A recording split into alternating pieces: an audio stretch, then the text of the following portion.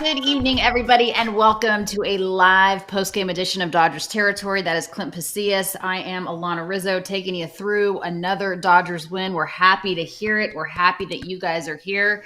Thank you so much. Like, subscribe, rate us 5 stars. And by the way, Clint, put your head down a little bit. Let's show everybody your wares. The Dodgers Territory shop is open. You too can look as handsome as Clint Pasillas does right now.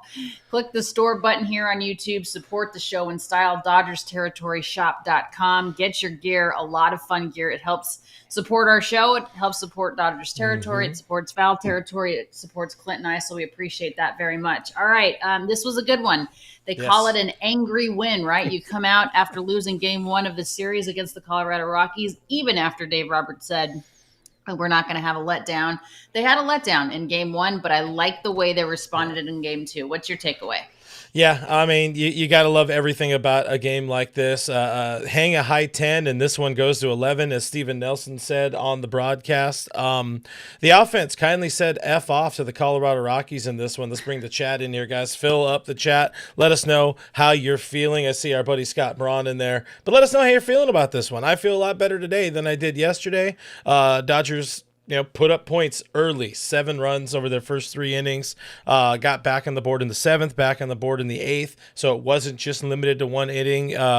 Freddie and Teo got the offense going. Shohei chose violence on a baseball, and overall, just a lot of fun. How about 4 for 5 for Alex Call? Maybe Andrew Friedman was right the whole time. Well, I was hoping that Alex Call hit for the cycle, so I am so disappointed in Mr. Call. I'm kidding. He was tremendous today. Hats are fire. Thanks, Scotty B. Appreciate you, brother. Buy stuff from our account. Yeah, that's exactly right. Buy stuff. No, Alex Call was phenomenal. I mean, and there's something to be said about an angry win. Alex Renteria here in our chat. What's up, Alex? This is exactly why we get angry as Dodgers fans, because we know what we're capable of. We know what they're capable of. I get it. I mean, you're not going to win 162, but you cannot have a letdown against the Colorado Rockies. I'm sorry. It's just, they're a bad team. They're a 4A team. If that's kind of disrespectful to, even if there was a 4A team. I mean, they are bad. They have no business being in the minor leagues. They should get relegated down like they do in soccer. But this was a good overall win. I like the fact that everybody in the lineup got in on the hitting. Everyone's kind of like running to the bat rack in this game. It's good to see. Yeah, it was one of those games. I think every starter in the game had at least 1 base hit. Almost everybody got on base at least twice. Just, again, a complete outright dominance against a team you should dominate in the Colorado Rockies. Austin Gomber entered this game with an ERA around 8. It was so good for the Dodgers, and I got to make sure I put this up because I haven't done that yet. Hey, it's 11-4. Buddy Kennedy actually got a base hit in this game. An absolute screamer, 65-mile-an-hour exit velocity off the bat. But the one that really was violent, I want to go to Shohei's homer. He hit it, I think it was 115 off the bat. And, ho-hum, 44 homers on the season.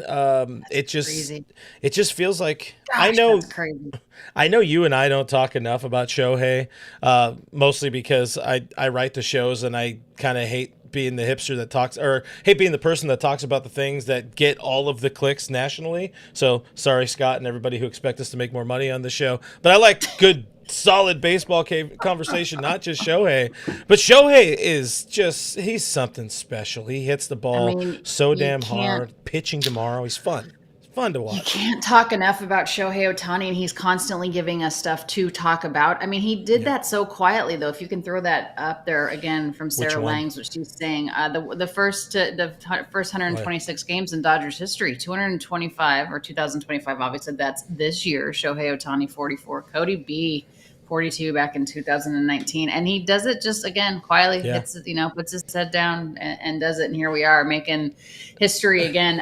But yeah, I'll take that. I'll take the home run, but I'll also take up and down the lineup and production all over the place. More than I'll take Shohei 46.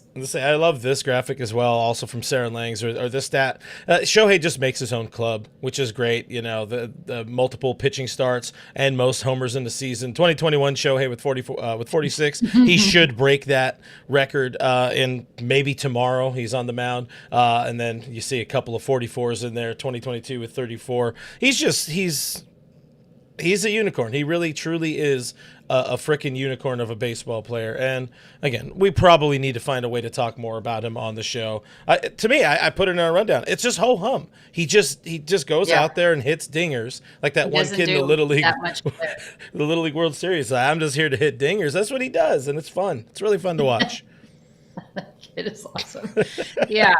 You know what? I love the fact that Teo got a little bit of revenge, I guess, in right field. Everyone's like questioning whether he belongs in right field or not. Let's not go that far back to, 2024, guys. I understand that he has not had that good of a season. He's not been the same dude, obviously, since he came off of the IL. But today was a good game for him in right field, and I like Alex Call in left field. Is this the Dodgers outfield in the postseason? Is it Call, Pajes, and Teoscar? I mean, it's definitely an option. I don't think, and kind of, talking Doc with Doc yesterday, I just don't see a world where Michael Conforto is getting a lot of outings, getting a lot of playing time come October time. So Alex Call could be in there, should maybe be in there if he can keep playing like this. Of course, Coors Field. Take it with a little bit of a grain of salt, but hopefully this is something that kind of sparks the start of his Dodgers career, because this would be a massive haul if you're able to get a solid third outfielder in that outfield. But Tommy Edman's going to be somebody who also will be fighting for playing time or whatever. But options, that's fun. That's something this team needs. If Tommy's going to have to fight for it. We're just hoping that Tommy's healthy and he's okay. You know what I mean? I don't think he's going to fight for anything. I think he's going to I think health is just going to be the biggest issue with him. I don't know. I mean, I love that. Yeah, you said even Buddy Kennedy got in on the action, barely 5-mile-per-hour exit velocity off of the bat. Let's talk about starting pitching for a second. This was the first time this year that Emmett Sheehan has gotten past the fifth inning, and that was good. Emmett Sheehan, 6 innings, 4 earned runs, 7 Ks on 91 pitches. 2 earned on that 6th inning home run off of the bat of Kyle Karros, which is a little weird. Like, it's a little bittersweet. And I know that Eric was in the stands. I know he was there, and I hope to God he was happy for his son. Family before team. And of course it's against the Dodgers, and he covers the Dodgers. He works for the Dodgers, but that's his boy. Good for you, Kyle Karros. I like it even better that it didn't affect the outcome of the game. So I'm happy. Kyle Karros can get as many home runs as he wants to get, as long as it's, not in a winning effort against the Dodgers. But again, back to Sheehan for a hot second. His first time completing 6 innings since September of 2023 in Colorado. So if there's someone that actually likes playing in Colorado, that might be Emmett Sheehan, or likes pitching rather in Colorado, that might be Emmett Sheehan. Yeah, I mean, we're really close to a fantastic outing for Emmett. I like him going into the 6th there, to sound like Dave for a second. The pitch count was there. It was the right call to send him out into the 6th. He just gave up a dinger, but like you said, there was enough. There was already enough on the board. Even at that point, it got down to 7-4. But thankfully, the Dodger offense said, "All right, let's get back to work," and they did, and put up another 4 runs on the board. One of the things I really do like, though, following up Emmett Sheehan, bullpen lights out. Jack Dreyer, Ben Kasparius, Anthony Bonda, 2 rookies, by the way, in there, and then Bonda shutting it down. 3 scoreless innings for the bullpen, and this, to me, is kind of how you draw it up in October. We talked to Dave yesterday, talking about how important starting pitching is. You need your starters to go 6. Then everything else falls in line. At least 6. At least 6 would be great, and then everybody else falls in line. Then everyone can just kind of slide where they're supposed to be. You bring someone out for the 7th, the 8th, and the 9th, and there you have it, and you move on. Yeah, I love this one from Alfonso Karras with the CP3 homer. And guys, if you know, cut the deficit down to 43 or 63, whatever that meme says. But yeah, overall, I mean, a great game. No complaints. You cannot complain about this game, even with your 6th starter going 6 innings and allowing 4 runs. Give me this every single day of my life. And then you have Shohei going tomorrow. That'll be fun to see him pitch again. It's always fun to see him pitch. And, we talked to Dave yesterday exclusively here on Dodgers territory. He was kind enough to give us 20 minutes of his time before hitting the golf course with his son, Cole. And he said, you know what? It's hopefully Shohei gives us 5, and he continues to ramp up and all the things. I love it. So back in a moment after a quick word from our friends at Foul Territory. It's from us this time. Ooh, we're friends. We're still friends. We're still friends. Why can't we? The dog days of summer means MLB is fully heating up, and so is your shot to score big. Download the Pick 6 app for the easiest way to turn your baseball takes into actual cash. Simple. Just pick more or less on the stats for 2 or more of your favorite players, and boom, you're in the mix for big cash prizes. No gimmicks, no weird rules. Pick 6 customers will instantly get $50 in bonus picks on just a $5 entry. Download the DraftKings Pick 6 app right now and use the code FOUL. That's code FOUL. New customers pay $5 and get $50 in bonus picks instantly. Ride the upside where a few bucks can turn into a bag. Only on DraftKings Pick 6. The crown is yours. Gambling problem? Call 1-800-GAMBLER. Help is available for problem gambling. Call 888-789-7777 or visit ccpg.org in Connecticut. Must be 18 and over. Age and eligibility restrictions vary by jurisdiction. Pick 6 not available everywhere, including New York and Ontario. Void where prohibited. 1 per new customer. Bonus awarded as non-withdrawable Pick 6 bonus picks that expire in 14 days. 8/24/25 at 11:59 p.m. Eastern Time. Terms at pick6.draftkings.com/promos. Alanna, I'm sure you, like everybody, saw the news yesterday, or really the Los Angeles Times publishing an article. Kevin Baxter having a little fun, or I don't know if it's having a little fun. I don't want to throw him under the bus about this, but Kevin Baxter is somebody who doesn't cover this team on a regular basis, and he was in the locker room at Coors Field covering for Jack Harris, friend of the show, and he published a report saying that, after the Dodgers' ugly loss last night and Teoscar's kind of defensive struggles, that there was a closed-door meeting between Mookie Betts, Dave Roberts, and Andrew Friedman in Doc's office over there in the visiting clubhouse at Coors Field.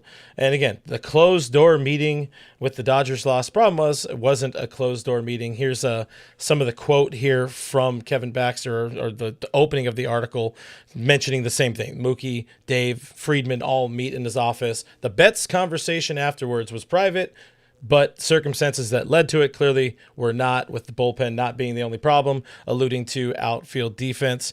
Again, the problem is that meeting was not a closed-door meeting, and basically every beat writer kind of immediately threw cold water on it today, saying there's always players in Doc's office and meetings of that sort of ilk, I guess we'll say. But Bill Plunkett was one of them. Our friend Fabian Ardaya was another one of them, saying, they're always in there. It was not a closed-door meeting. The door was wide open for this.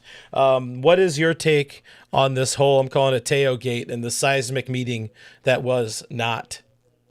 It's stupid. If you go back, bring up the headline again. And I know that a lot of times the writers are not the ones that write the headlines. I don't know who exactly wrote and published this particular tweet, but why would Dave Roberts, Mookie Betts, and Andrew Friedman have a closed-door meeting after the loss, which featured misplays and right by Teoscar? Wouldn't Teoscar be in there having a conversation with Dave and Andrew? Yeah. Why would Mookie Betts be in there talking about Teoscar Hernandez? Intriguing. Kevin Baxter has it here.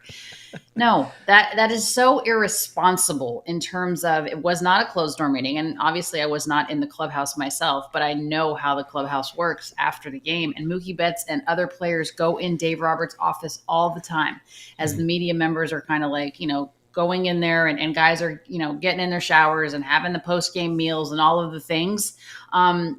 That's just irresponsible journalism. And it's clickbait. I don't know who writes the leads on these things in terms of the highlights and those types of things.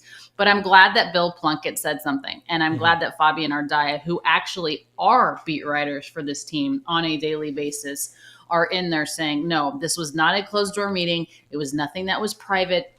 There's no drama. There's no, that's just silly. So stop. Just stop. If you're not in there every day and you're speculating, stop. Yeah, I think there was probably a bit of miscommunication between Houston. I know Houston Mitchell. He is the assistant sports editor over at the LA Times, and he was probably given some misinformation from the fill-in this week's fill-in beat writer or whatever. Maybe something was said about a closed-door meeting. There was not a closed-door meeting. Isn't journalism 101? Check yourself before you wreck yourself. No. Get more than one source. Get more than. Wait, was Mookie? Questions. Was Get Shohei confirmation. not on that plane? Is that what I'm hearing? Is this breaking news we Yeah, have here? I think Shohei's on his way to Toronto. Actually, Damn it. I think I can't believe we lost the sweepstakes. I mean, it's tough right now because you live in this world where, again, it is about sensationalism. It is about clickbait. It's about trying to be first on some sort of story. LA Times, Kevin Baxter in this case, and I'm not trying to throw them all under the bus. It's a bitch of a job, but he thought he had something. He's more of a soccer, hockey guy. Baseball is a very different animal. But a little bit of a black eye on this one. What is important about all of this, though, is that there are issues with Teoscar and his defense. We know this. I tried to, as politely as I could, tee up Dave to give us Doc Wash of an answer, of course, because he's not going to throw his players under a bus. I don't expect him to. I would hate to have our manager kind of say, oh yeah, Teo sucks out there. But for what it's worth, like the newsworthy part of all of this is Dave was pretty open last night about Teoscar's struggles, and we got this from Fabian Ardaya, who of course is boots on the ground there covering this team every single day. And if Teoscar cost this game for the team yesterday, saying he's got to get better out there. There's just no way to put it, no other way to put it. It's not a lack of effort, which is what he told us. But the thing is, we've just got to be better. Change the tone there. We've got to be better. But overall, like the struggles on defense. He was better today. And Yeah. Dave also said yesterday when we talked to him that he definitely noticed a bit of more intensity with Teoscar Hernandez against the Padres series. Yeah. So sometimes these series that are not supposed to be trap series, are not supposed to be let down series, become that for certain players. There are just players like Nick Castellanos who admitted that playing 162 games is a grind, and he doesn't necessarily get up for them the way that he gets up for postseason games for the Philadelphia Phillies. I'm not saying that Castellanos is Teoscar Hernandez or vice versa, but there was some different intensity, and Dave was the one that said it, not us. Yeah. Dave was the one that said that he noticed it. And whether Teoscar admits to it or not, there was a different level of intensity and interest and the way that he went about his business against the Padres. So whatever happened in yesterday's game, it cannot continue to happen. Teoscar knows that, and it certainly cannot happen in the postseason. But for what it's worth, he was definitely better tonight, and there are no plans, everybody,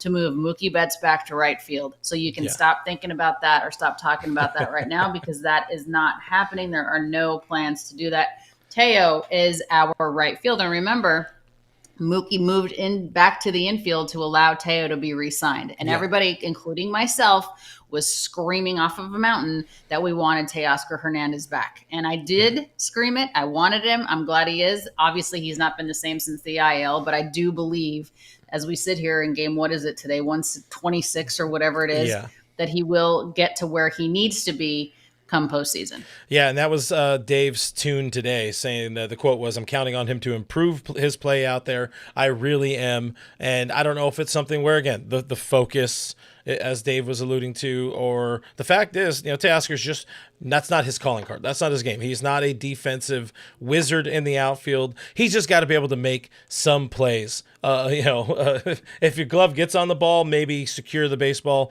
into the glove. Are you at all surprised by Doc's words here on Teo? Do you construe this as him sort of throwing him under the bus? He's got to get better out there?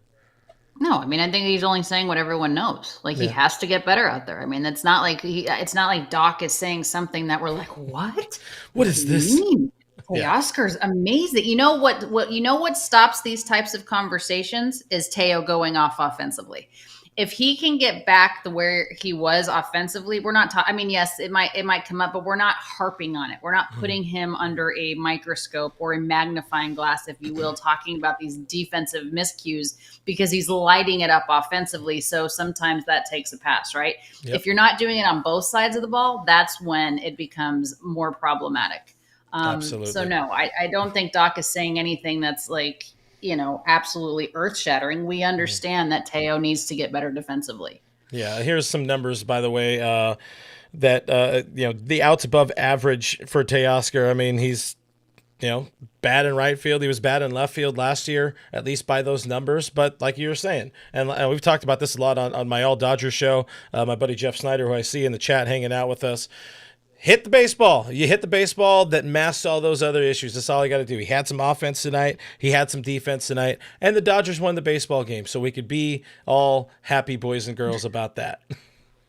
Yeah, I mean, it's a good game. Like, Yeah. you got a ton of runs. Emmett Sheehan went deeper into the game than he's done all year. Teoscar looked better defensively. Like, I don't have any real complaints about this game at all. I mean, Nope. just other than I wish it would have been coming off of another win yesterday, but it's not. We still have 2 more games in this series. And then again, the test comes again. But I do believe, and I said this yesterday too, I love the fact that we play the Padres again so quickly. Yeah. I think that's important. I think it's good that it's that close together. Well, guys, let's take another break. We'll come back, talk about the rest of this series a little bit more with the chat, and then we'll sign off. But give us a moment. We'll be back. FT fans, you want to have confidence when you go out in public? Absolutely. We can't all wear a backwards hat like me, but you can get some True Classic fit shirts. It almost looks like, oh, wow, this shirt was tailored for me. Nope, it's every True Classic. This John is soft, it is smooth, and it makes you look a little jacked. I'm just saying. And Kratz, you are jacked, and you are spot on. True Classic is the spot to go if someone's like, where do I get shirts? True Classic. The colors are fantastic. They've sold over 25 million shirts to more than 5 million customers. Their shirts just win.